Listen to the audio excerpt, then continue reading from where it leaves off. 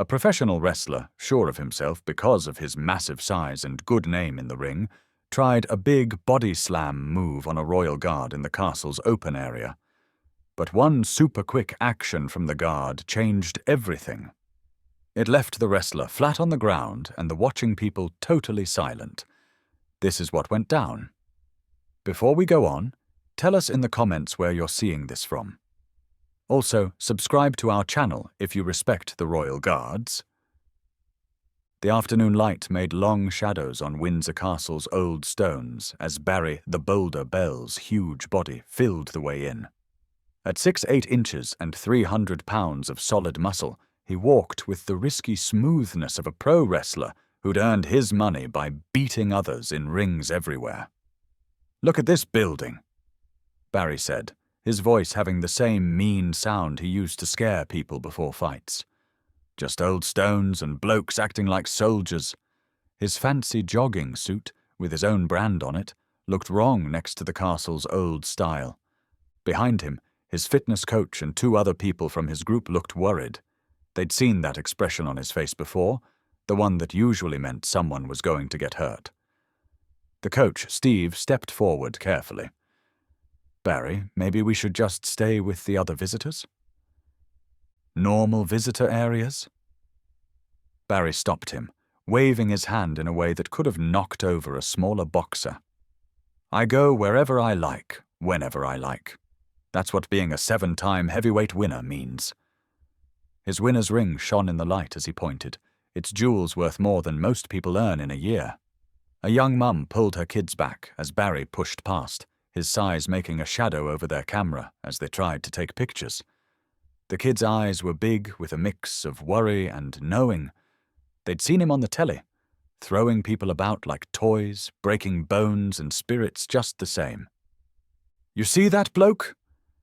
Barry pointed at the Queen's Guard, standing still and straight. His voice had the same sound he used before a match. "That's what you get when you can't do well in real fighting. You put on a costume and act."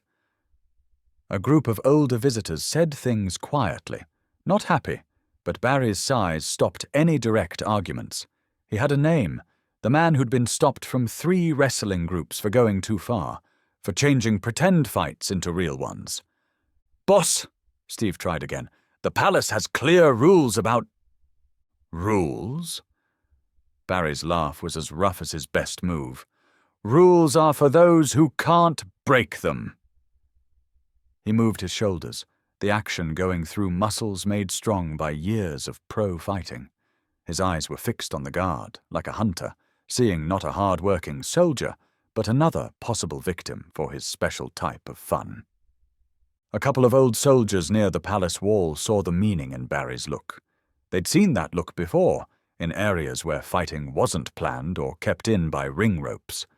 One touched his medals without thinking, his old face becoming serious as he saw the wrestler go towards the guard's place with clear, bad intent. Barry walked to the guard's post with the same slow step he used to go to a fallen enemy in the ring. Guard James Harrison was still, his red uniform a big contrast against the castle's old stones. At 32, Harrison knew about fights. 2 times in Afghanistan had taught him to see real danger under any show. "Hey, fancy dress man!" Barry shouted, putting himself clearly in the guard's personal area. "I have a question about your show here." His big body made a shadow over Harrison's clean uniform, but the guard's eyes stayed looking forward, his body straight, even with the big shape in front of him. The old soldiers moved nearer, their army past telling them this was more than the usual visitor problem. They saw something in Barry's position, the ready tension of someone wanting a reason to hit. "You know me?" Barry went round Harrison slowly, his voice going across the open area. "I've beaten blokes twice your size in rings all over. Real fighters, not pretend soldiers in dress-up." He bent his hands, the knuckles making a loud noise, a sound that usually came before fighting in his job. Steve, his coach, stayed back with the group, their faces showing the worry of men who'd seen this before. "Come on, boss," he called out weakly. "We have that talk at—" "Be quiet." Barry said sharply, never taking his eyes off Harrison. "I want to see what they teach these guards about real fighting." His stress on guards was full of dislike. "Bet it's not much, standing about all day like shop dummies." The afternoon crowd had started to go, parents taking their kids away from the clear tension. Those who stayed watched with a mix of worry and interest as the big wrestler kept on trying to scare. Harrison stayed still, but there was a small change in his look. Hard to see for most, but clear to the watching old soldiers. The small change of his hold on his gun, the tiny move in his position, these were the actions of a war soldier seeing a close danger. "Look at him," Barry said to the remaining watchers, his voice having the showy sound he'd made perfect in big halls. "Not even brave enough to look at me. This is what they name a soldier." He got closer, his breath warm against Harrison's cheek. "Where I'm from, we call this easy target practice." The older of the two old soldiers took a step forward, his medals catching the light. "Son," he started, his voice having the quiet power of someone who'd seen real fights. "You might want to think again." "Might want to what?" Barry turned to the old soldier, his big body ready. "You have something to say about how I act, old man?" The question stayed in the air like a ready weapon. "Just saying you should learn about who you're dealing with," the old soldier answered calmly, pointing to Harrison. "That uniform isn't fancy dress, and this isn't a wrestling ring." Barry's laugh was bad, without fun. "No, it's not a ring. There's no judge here to save him, is there?" He turned back to Harrison, making a noise with his neck. Another thing he did before a fight that had come before many of his worst matches. "Maybe it's time someone taught you pretend soldiers what real fighting looks like." The remaining visitors moved back. More, making a circle of space around the growing problem. The sun had gone lower, making Barry's shadow long across the open area stone. A dark start to what was going to happen. "Tell me something." Barry moved nearer to Harrison, using his height to scare fully. "Under that nice hat and all those shiny things, are you even a real man, or just another toy playing?" His big shoulders blocked the sun as he went into the guard's space on purpose, close enough that his chest nearly touched Harrison's gun. The old soldiers looked at each other knowingly. They'd seen Harrison in Afghanistan years ago, watched him lead a group through 3 days of hard fighting to get hurt people out. The good behavior he showed now wasn't weakness. It was the held-in power of a fighter who didn't need to show anything. "I've beaten top wrestlers," Barry went on, his voice going to a dangerous sound. "Snapped arms like sticks in front of thousands. But you just stand there, don't you?" He reached out, his fingers near Harrison's collar. "Makes me wonder what would happen if someone tried all this good behavior." Steve tried one last time from the side. "Boss, remember what happened in Munich?" "Munich?" Barry shouted, a rough laugh. "You mean when that safety expert tried to stop me? Spent 6 weeks getting better, didn't he?" His eyes never left Harrison's face, looking for any break in the guard's calm. "At least he fought back. This one's likely too scared to even move." Harrison stayed still, but there was a small change in the air around him, like the pressure drop before bad weather. His eyes, still looking forward, had the same working-out look he'd worn during close fighting in Helmand Province. Every muscle was ready, waiting. "You want to know what real power looks like?" Barry started, pulling up his sleeves, showing arms thick with strong muscle and old injuries. "It's not standing still and doing what you're told. It's about being in charge, controlling." He hit his own chest, the sound going off the castle walls. "It's about being able to beat anyone, anywhere, anytime." The older old soldier stepped forward again, his voice having the weight of experience. "Last warning, son. You're going over a line you can't go back from." "A line?" Barry turned again, his patience clearly going. The only lines I see are the ones these pretend soldiers walk up and down, like good little toys." He turned back to Harrison, his big body shaking with just held-in fighting. But what happens when someone cuts the strings? The remaining visitors had moved back to what they hoped was a safe distance, their phones down, forgotten in the tension of the time. Even Barry's group had gone back several steps, seeing the signs of their boss losing control.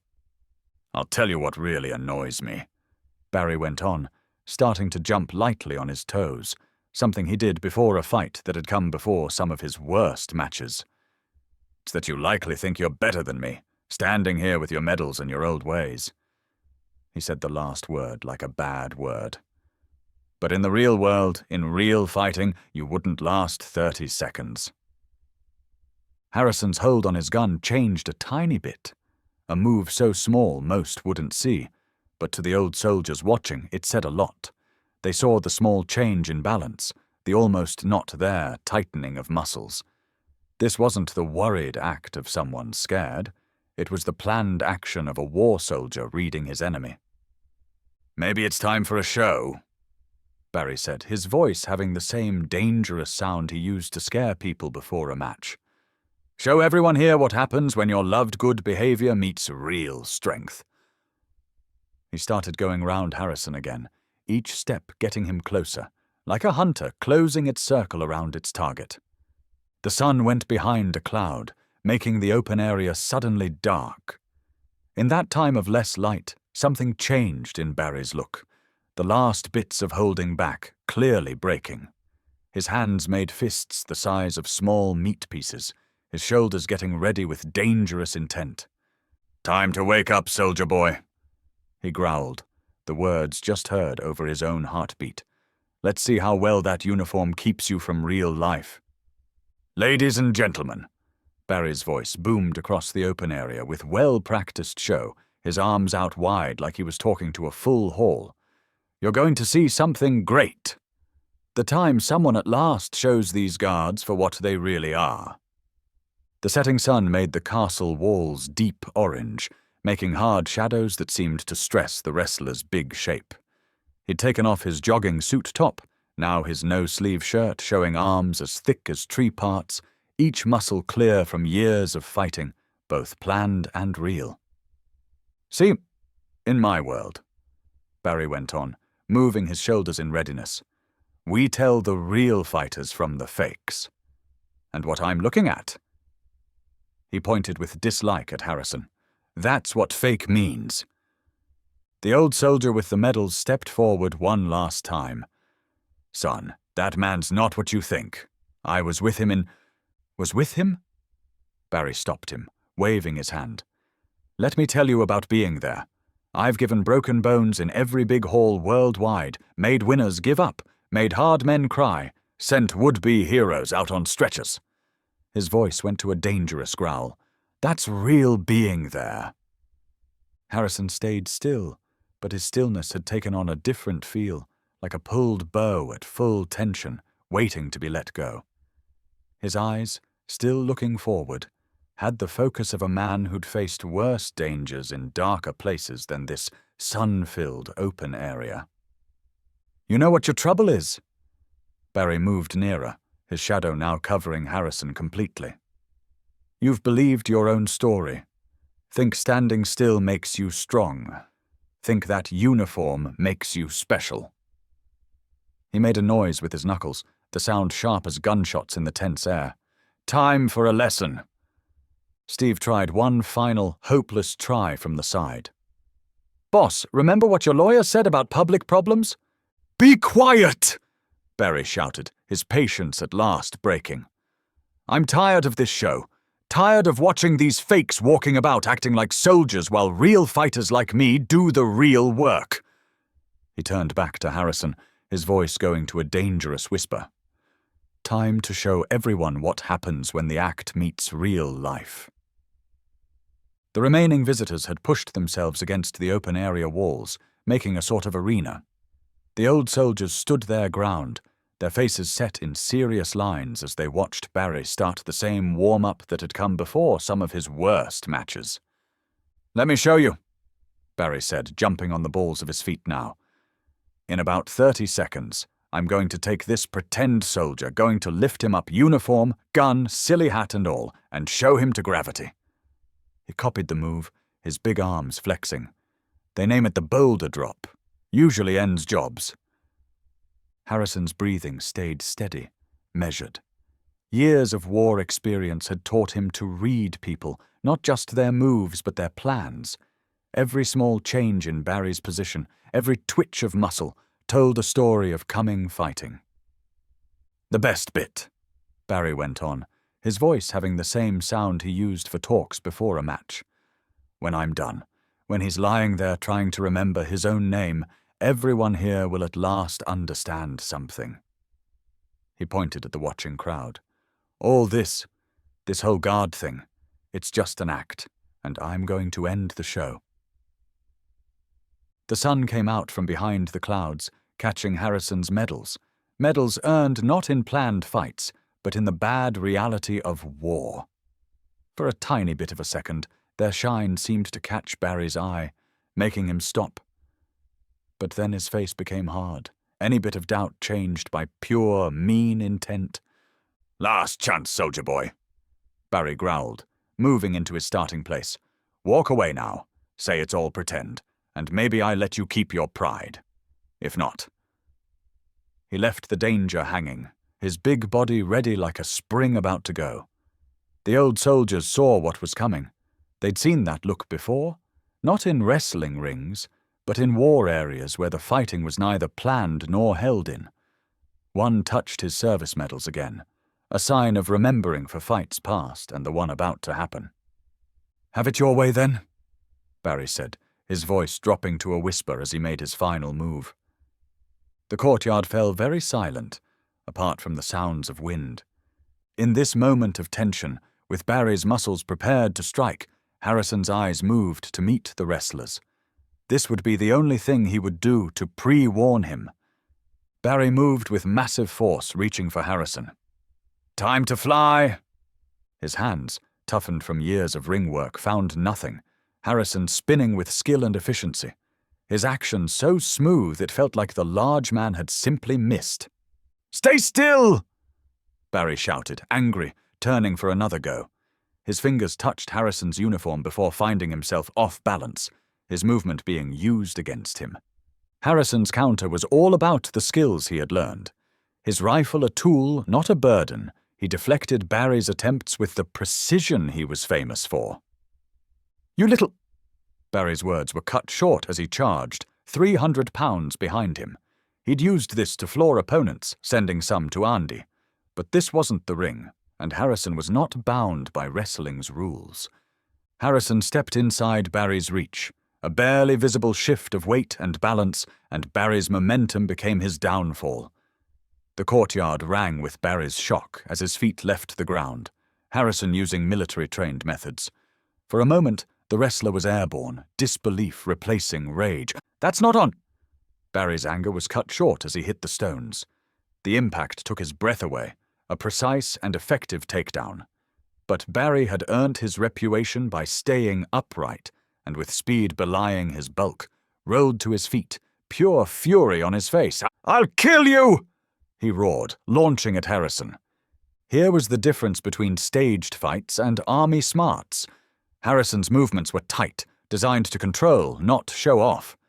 When Barry swung for him, Harrison dodged and turned the extended arm into a lever. The vets nodded, approving. Barry's bulk became a weakness. Wild attacks countered to leave him ever more frustrated. "Fight properly!" he screamed, theatre gone, replaced by anger. But Harrison didn't fight, instead controlling, containing. Finally, Barry used pure force to tackle Harrison. The guard's response was textbook. With perfect timing and stance, Barry's world flipped. He used Barry's movement to throw him perfectly, the result sending Barry flying. Barry hit the ground hard, no quick bounce back. He gasped for breath, Harrison resuming his post as if nothing happened. You can't." He pushed, his arms clearly not as strong as before. The fall had had an effect. Palace guards were on their way, unhurried, sure of the situation. The vet's shared looks showed satisfaction. Helped to his feet, unsteady, Harrison resumed attention. Perfect. Only a slight adjustment of his uniform, done with the same carefulness he'd used to stop the danger, showed what had happened. The wrestler, his show-off style gone, replaced by real shock, had to be held up by Steve as they went back. "This isn't finished," he managed, but the words sounded weak, even to him. "I'll show you all what real—" "Son," the older veteran stopped him, his voice having the weight of real war experience. It was over before it started. You just didn't know it." The setting sun caught Harrison's medals one last time, their shine a reminder that some fights are won not with showy fighting, but with controlled skill and power. The guard's position hadn't changed, his look still perfect, while Barry was helped away, his size somehow smaller because of what had happened. Palace security came to Barry with business-like skill, their moves careful and planned. The wrestlers' group hung back, Steve holding the thrown-off tracksuit top nervously, as two officers went to their still shaky boss. "Sir," the lead officer's voice had well-used power, "you'll have to come with us." His hand rested easily on his radio, extra help already told and coming. Attacking a Queen's Guard is a big thing. Barry, still breathing hard, tried to get his ring look back. "Attack? He's the one who—" He stopped, making a face as he tried to stand straight to his full height. The hit with the open-area stones had left its mark, his usual big position hurt by real pain. "What we saw," the second officer said strongly, "was a trained soldier answering a clear danger with the right force." His eyes went to the old soldiers, who stood ready to give details if needed. "Many people can say you started the problem." Steve stepped forward, trying to make things better. "Look, there's been a mistake. Mr. Morrison is a pro sportsman. He was just—" "Just what?" The older veteran's voice cut through the reason. "Just thought he'd attack a working member of Her Majesty's army. Thought his wrestling papers gave him the right to attack a guard at his place." His medals caught the fading light as he stood straight. "I was with men like Guard Harrison. The uniform isn't for show, as your boss just found out." Barry, his pride hurt more than his body, tried to pull away from the coming officers. "Do you know me? I have lawyers that—" "We know exactly who you are, sir." The lead officer stopped Barry. "Barry the Boulder Morrison. Stopped from 3 wrestling groups for too much fighting, and now—" He pointed to his helper to start the official process. "You can add attacking a Queen's Guard to your list." The younger veteran stepped forward, his voice having the quiet power of someone who'd seen real fights. "You know your biggest mistake? Thinking that standing guard duty means standing still. Every man wearing that uniform has shown himself in ways your made-up fights couldn't touch." Harrison stayed at his place, his look perfect, as if the whole thing had been nothing more than a small break in his day. But the old soldiers saw small signs, the careful angle of his gun, the ready look in his position. That spoke of still being ready, if Barry tried anything else. "This is silly," Barry said, as handcuffs were brought out. "I'm a pro fighter. I was just—" "You're a showman," the older veteran put right, "who mixed up planned fighting with real fighting skill. Guard Harrison is a soldier who's faced real dangers, not made-up ones. The difference," he pointed at Barry's still shaky position, "should be clear now." As more police came to take the wrestler, his group already giving details for the unavoidable paperwork, the sun went below the castle walls. The last light caught Harrison's uniform, showing medals earned not in fun, but in real service. Barry, his size made smaller by losing, was led away, still saying things, though his words had lost their sound. "This isn't over," When my lawyers hear about—" It was over. The younger veteran said to his workmate, the moment he thought army good behavior was weakness. They watched as the wrestler was taken to a waiting police car, his claims of legal action going into the evening air. As the police car taking Barry went through the palace gates, the usual sound of visitor life started to come back in the open area. Guard Harrison stood exactly as he had before the problem, his position perfect, his good behavior not shaken. The only sign of the fight was a mark on the old stones where the wrestler had met reality. The old soldiers stayed a bit longer, their being there adding weight to the lesson just given. "You see it often enough," the older one said to a nearby family who had seen everything. "People mixing up good behavior with weakness, thinking that show duty is just acting. But these guards," his friend added, touching his own service medals, "they're not actors in a show.